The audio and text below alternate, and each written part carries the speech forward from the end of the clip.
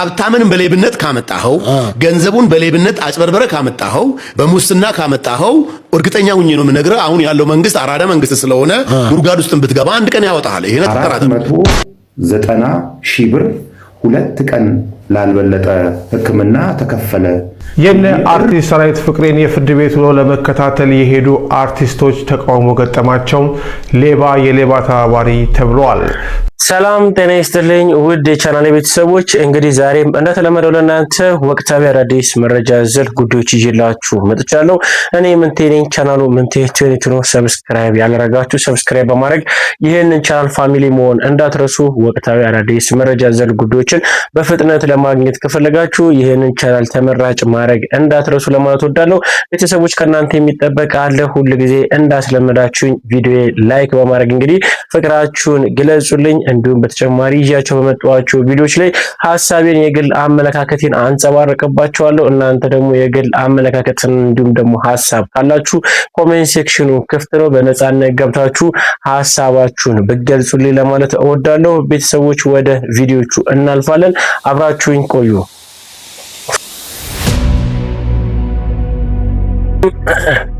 በቅድሚያም ቤተሰቦች እንደ ሀገር አንድ አሳሳቢ ጉዳይ አለ። በቲክቶክ ፕላትፎርም እንዲሁም ደግሞ በተለያዩ ሶሻል ሚዲያዎች ላይም እየተጋራ በርካቶች እንግዲህ ሐሳባቸውን ይሰጡበት አንድ ቪዲዮ አለ። ልጋብዛችሁና ሐሳባቸውን እንሰጥበታለን።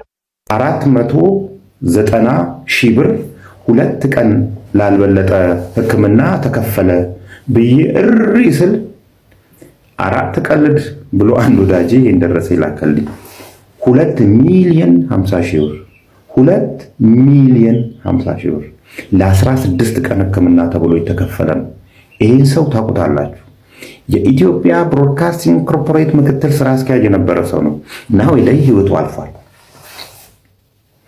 2,50,000 ብር እንዲከፍል ተደርጓል ለ16 ቀን ህክምና። አንዳንድ ሰዎችን አነጋግሬ እዛ አካባቢ ያሉት በቪቪአይፒ ነው የታከመው አሉ። ቬሪ ኢምፖርታንት ፐርሰን አንቀባረው ነው የገደሉት።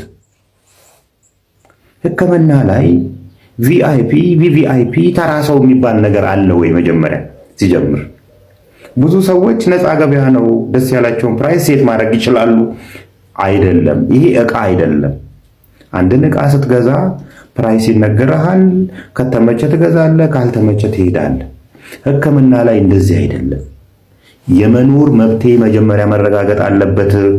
ስላለህ የምትኖርበት ስላጣ የምትሞትበት አካሄድ። ምክንያቱም መንግስት የተለያዩ የህክምና ዕቃዎችን በሉ መድኃኒቶችን በሉ ባለሙያዎችን በሉ ከፍተኛ ወጪ አውጥቶ በርካሽ ዋጋ የሚሰጣችሁ በነፃ ዋጋ የሚሰጣችሁ ይሄ የመኖር መብት የሰብአዊ መብቶች እንዳይጣሱ በሚል ነው። ሆስፒታል ስለከፈትክ ደስ ያለን ፕራይስ ሴት ታደርጋለህ ማለት አይደለም። ደግሞ የሚያሳዝነው የምግብ እንዴ ስንተኛ ኮከብ ምግብ ቤት ነው የከፈታችሁት?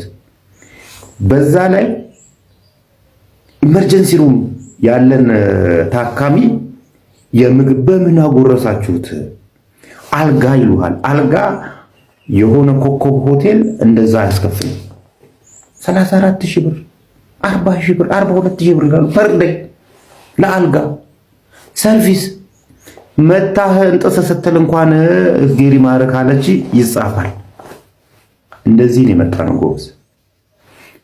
ጤና ጥበቃ ሚኒስትር ሆይ ተሰማ እንደሆን ስማ። ይሄ አያቀባብርም። ስርዓት እንዲዙ ታረግልናለህ ወይስ ቀጣዩ እርምጃ ሌላ ሊሆን እንደሚችል አስበው። የተማረሩ ሰዎች እየተፈጠሩ ነው ያሉት በህክምና ላይ፣ በዛ ላይ ሳይድኑ ጭምር እኮ። እነዚህም አስከፍለው ሙያ ቢኖራቸው መጀመሪያ ሲጀምር የሙያ ስነ ምግባር ያላቸው ሰዎች አይደሉም፣ ነጋዴዎች ናቸው። ከተለያዩ ቦታዎች ተለቃቅመው ነው ሆስፒታል ብለው ሆስፒታል የከፈቱት።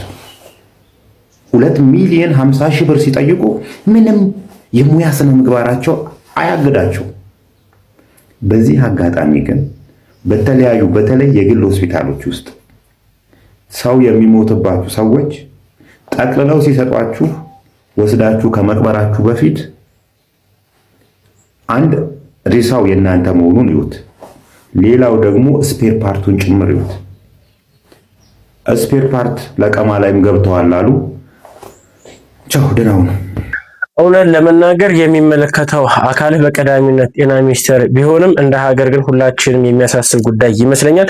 ከጤና ጋር በተያያዘ ጉዳይ እንግዲህ ይሄን ያህል ወጪ ወይም ደግሞ ይሄን ያህል ክፍያ የሚያስከፍል ከሆነ እንግዲህ ሕክምና የሚያስፈልጋቸው በርካታ ሰዎች በችግር ወይም ደግሞ በገንዘብ እጦት ምክንያት ሕክምናቸውን ሳይከታተሉ ይቀራሉና ሕክምና የግድ ለአንድ ሀገር ያስፈልጋልና ስለዚህ በዚህ ጉዳይ ላይ የሚመለከተው አካል እንግዲህ ጣልቃ ገብቶ ከዚህ ስራቸው እንዲያቆሙ ወይም ደግሞ ከዚህ ስራቸው እንዲቆጠቡ ቢያደርጋቸው ብዬ ሐሳብ መስጠት ፈልጋለሁ። እናንተስ በዚህ ጉዳይ ላይ ምን ሐሳብ አላችሁ? ሐሳብ፣ አስተያየት፣ የግል አመለካከት ካላችሁ ኮሜንት ሴክሽን ላይ ብታጋሩን በርካቶች ይማሩበታል፣ ይወያዩበታልና ሐሳባችሁን ኮሜንት ሴክሽን ላይ ግለጹልኝ። ተጨማሪ ቪዲዮ አለ ልጋብዛችሁ።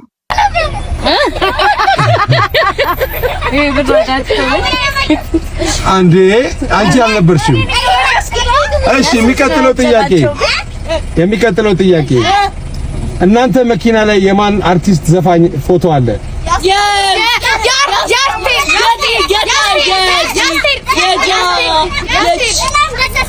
5 ሰከንድ 1 2 3 ጂጂ ጎበዝ።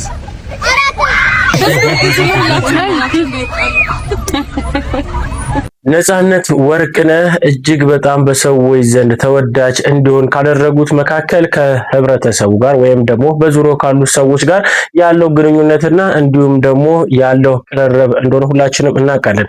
ከህፃን እስከ አዋቂ በነጻነት ወርቅነህ ፍቅር ተጠምዶ እንግዲህ የነጻነት ወርቅነህ ህልፈትን በሰማ ሰዓት አብዛኛው ሰው እንዳላመነ እንዳልተቀበለ የምናውቀው ጉዳይ ነው። በነገራችሁ ላይ ከሰሞኑ እንግዲህ በኢቢኤስ ቴሌቪዥን ዙሪያ የቤተሰብ ጨዋታን ነጻነት ወርቅነህን ማን ተክቶ እንግዲህ የሚረከበው የሚለው ጉዳይ በርካቶች ሐሳባቸውን እየተለዋወጡበት ያለ ጉዳይ ነው። ነገር ግን እንግዲህ ከሰሞኑ የሰማነው ደግሞ ሌላኛው እጅግ በጣም ነጻነት ወርቅነህን እንግዲህ ራሱን የመሰለ ሰው ወደኛ መጥቷል። አንዷለም ይባላል።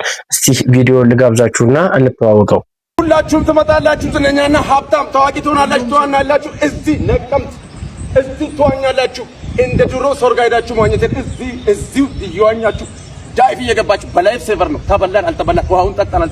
ከጠጡ ችግር አለው እንደ ዳኒ ችግር የለውም። ጠጡ አለን እዚህ 40 ሺህ ሊትር ታቀር ስላለ እሱ ችግር የለብንም። መጣችሁ ትጠጣለ ማን ነው ትዋኛላችሁ።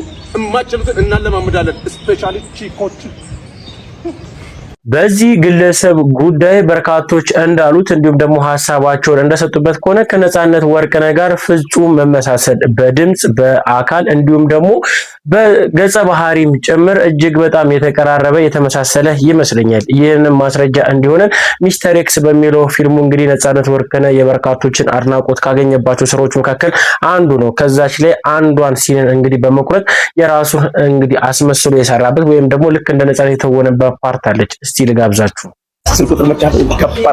ቢቸረ ፈጃ ቢለው እና ሰምተናል እኮ ደውላችሁ ሰው እንደምትዘርፉ እኮ አውቀን ደርሰንባችኋል እኮ። ቅጭል ለስል ሰምቻለሁ።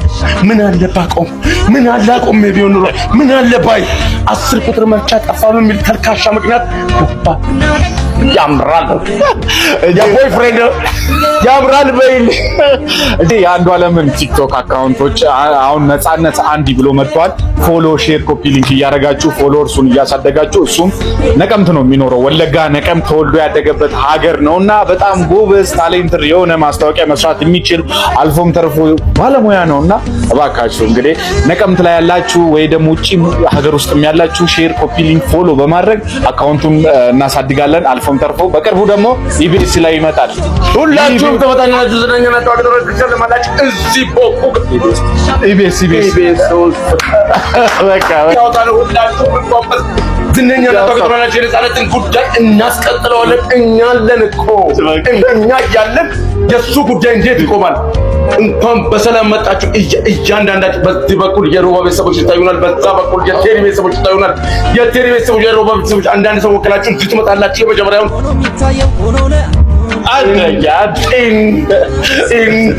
በዚህ ቪዲዮ በኋላ እኔ ብቻ ሳልሆን በርካቶች እንዳሉት ነፃነት ወርቅነህን በዚህ ደረጃ መምሰል የሚችል የለም፣ መምሰልም ደግሞ አይቻልም። ይህ ወንድማችን እንግዲህ እንደሰማችሁት ነው፣ አንዱዓለም ይባላል። በርካቶችም እንግዲህ በቤተሰብ ጨዋታ ላይ በነፃነት ቦታ እንግዲህ ገብቶ ቢሞክር ወይም ደግሞ እድሉ ቢሰጥ ብለው ሀሳባቸውን እየሰጡበት ያለ ወጣት ነው። እናንተስ በዚህ ጉዳይ ላይ ምን ትላላችሁ?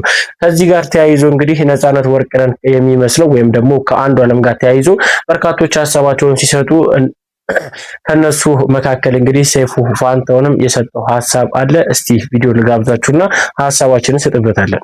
ነፃነት መተካት ያለበት በዚህ ልጅ ነው ብሎ ደምድሞ ነው። እስኪ ይሄን ያህል ተማምኖ ከላከልን ምን ያህል ነፃነትን ቢመስል ነው? አይተነው እንመለስ እስኪ ትመጣላችሁ ስለኛና ሀብታም ታዋቂ ትሆናላችሁ። እዚህ ነቀምት እዚህ ትዋኛላችሁ።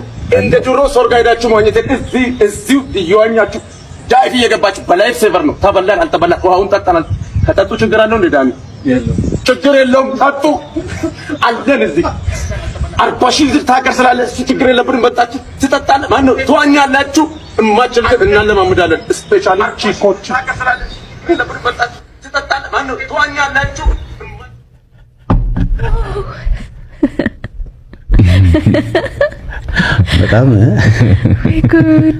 በጣም ይሄ አሁን ገጽታውን ሳናየው መልኩን ሳናየው ዝም ብለን ድምጹን እየሰማን ቢሆን ከዚህ በፊት ነፂ ብሎ በሊፕሲንክ እየሰራው ነበር የሚመስለው እና በጣም ነው የሚመስለው ድምጹ፣ አነጋገሩ፣ አካሄዱ በጣም ነው የሚመስለው። የሆነ የኮንስትራክሽን ሰራተኛ ነው አይደል የሚመስለው። የሆነ ፊቱ አገጩና እዚህ አገጩ ስር ደግሞ እና ደግሞ ያው መልክም መመሳሰሉ ደግሞ በጣም የሚገርም ነው ሰው። እሺ ድምጽ ይሁን ሳይዝ አሁን ይኸው እስኪ አንድ ማስታወቂያ ሰርቶ ነበር አይደለ ነፂ? በእርግጥ የአዳማ አንድ የሰራው ማስታወቂያ ነበር። የሆነ የልብስ ማስታወቂያ አይነት ይመስላል። እና የዛኔ ነፂ ይገባል እንደዚህ ልክ አሁን ባየነው ልክ ሰውነቱ ሙሉ ይገባልና እንደዚህ ስትመለከተው ቁመቱ ምኑ የመመሳሰል ነገር አለው። የዚህ ሶፊ ይመሩ ራሱ ይሄ ቀልዱ ራሱ ተመጣላችሁ ተዋኛላችሁ ምናምን ባለው ነገር እኮ የእሱም ራሱ ነፃነት ራሱ እዚህ ጋር ቢቆም ሊል የሚችለው ይሄንን ነው። በቃ በጣም ይገርማል። አሁን ያሲን ትልቅ ፈተና ውስጥ የገባ ይመስለኛል። ያሲን ሆነ እንዴ ውድድር ላይ አደረገና ያው ሌላ ተወዳዳሪ አዝመራው እነሱ እንግዲህ ተጨማሪ አራተኛ ተወዳዳሪ መጥቶባቸዋል። ሰሜ ባሪያውም ቢመጣ ጥሩ ነው። በዚህ አይነት 3 4 5 እየሆኑ ነው ማለት ነው። ሰሜ ሊወዳደር ነውና በጣም የገረመኝ ሰምቼ ደወልኩለት እና ማለት ሪኮመንዴሽን እየቀረበለት ነው። ትክክለኛው ነፃነትን የምተካው እኔ ነኝ አለኝ። እንዴት እለዋለሁ?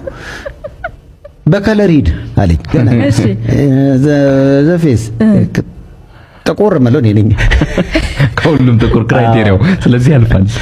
እውነት ለመናገር እነ ሰይፉ እንዳሉት ነው። እጅግ በጣም በሚገርም ሁኔታ ወይም ደግሞ ቪዲዮን ሳናየው እኛ ዞረን ይህንን ድምጽ ብንሰማ ነፃነት ወርቅነህ ነው ከማለት ውጪ ሌላ ምንም አማራጭ የለንም። እጅግ በጣም ይመሳሰላሉ። በሁኔታቸውም በገጸ ባህሪ በሁሉ ነገራቸው እንግዲህ ከነፃነት ወርቅነህ ጋር ፍጹም መመሳሰል የሚታይበት ወጣት ነውና እድሉ ቢሰጠው ባዮች መካከል አንዱ ነኝ። እናንተስ ምን ትላላችሁ? ወደ ሌላኛው ጉዳይ ስናልፍ እንግዲህ ሁላችንም እንግዲህ በፊልሙ ኢንዱስትሪ የምናውቃት ሸዊት ከበደ እጅግ በጣም በሚገርም ሁኔታ በርካቶችን ያነጋገረ አንድ ቪዲዮ በሷ ጉዳይ ወጥቶ በሶሻል ሚዲያ እየተዘዋወረ አይቻለሁ። እስቲ ቪዲዮ ልጋብዛችሁና ሀሳባችንን እንሰጥበታለን። የነ አርቲስት ሰራዊት ፍቅሬን የፍርድ ቤት ውሎ ለመከታተል የሄዱ አርቲስቶች ተቃውሞ ገጠማቸው። ሌባ የሌባ ተባባሪ ተብለዋል።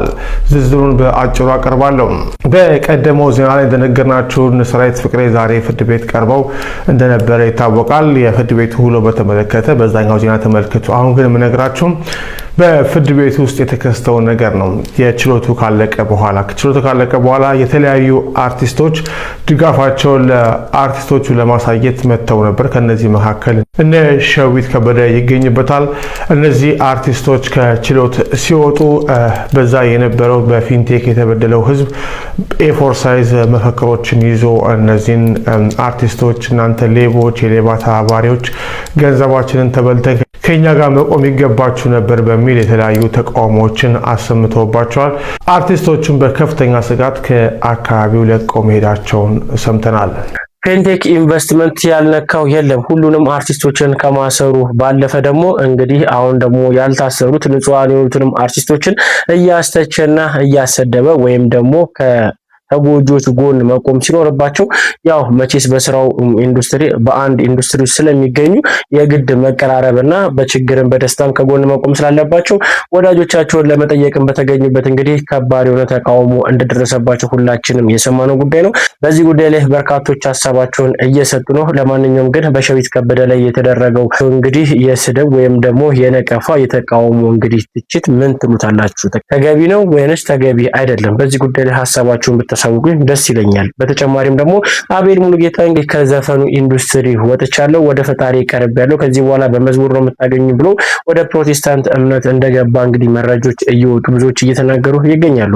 ነገር ግን ከዚህ ቀደምም እንግዲህ የፕሮቴስታንት እምነት ተከታይ የሆነ ሲሆን አሁን ላይ እንግዲህ ሙሉ በሙሉ ትኩረቱን ወደ ፈጣሪው ህሊናውን ሰብስቦ ወደ መዝሙር እንደገባ ነው መረጃዎች እየወጡ የሚገኙት። ትክክለኛው መረጃ ይህን ይመስላል። ከዚህ ጋር ተያይዞ በርካቶች እንግዲህ ሀሳባቸውን እየሰጡበት ይገኛሉ። ከነሱ መካከል እንግዲህ ሰመረ ባሪያው ትክክለኛ ምላሽ ሰጥቷል። እስቲ ቪዲዮ ልጋብዛችሁና ሀሳባችንን ሰጥበት። በዚህ የሙዚቃ ኢንዱስትሪ አንተ ገብተህበት ቅድም እንዳልኩ ልትታወቅ፣ ልናውቅ፣ ልንወድ፣ ልናደንቅ ስራዎችን ልንል ችለናል። ውሽዝ አምጥቶሃል እዚህ ድረስ ማለት ነው። ለምን ሄድክ? ፐርሰናል ቾይስ መብት ነው። በሃይማኖት ምክንያት ሊሆን ይችላል፣ በጤና ጉዳይም ሊሆን ይችላል። ከፈለገ ምንም ይሁን ምክንያቱ እሱ ምክንያት የማንም ማተራል ያንተ ቾይስ ነው። እሱ ምክንያት አንተንም በዛ ሴንስ ነበር ትችዋለህ ውስጥ ደግሞ ትተኸዋል ዘንድ ወይ ጎን ሙዚቃ ይቀጥላል፣ ኢንዱስትሪው ይቀጥላል። ሰዎችን በግል ምርጫቸው መሄዳቸውን ይቀጥላሉ፣ ይመለሳሉ። የሆነ ሳለ ወደ ሙዚቃው ኢንዱስትሪ ተመልሰው ይሄዳሉ። ይሄ የግል ምርጫ ነው። ሳማው ሲኬድ ግን መዝለፍና ኢንዱስትሪውን ማንቋሸሽና የነበሩበትን ቦታ መናገር አያስፈልግም። ትልቁ ችግር እሱ ነው። ሰዎች የግል ሃይማኖታቸውን ሲከተሉ ሁሉም ዓለም ላይ ያለ ህዝብ የነሱን ሃይማኖት አይከተልም።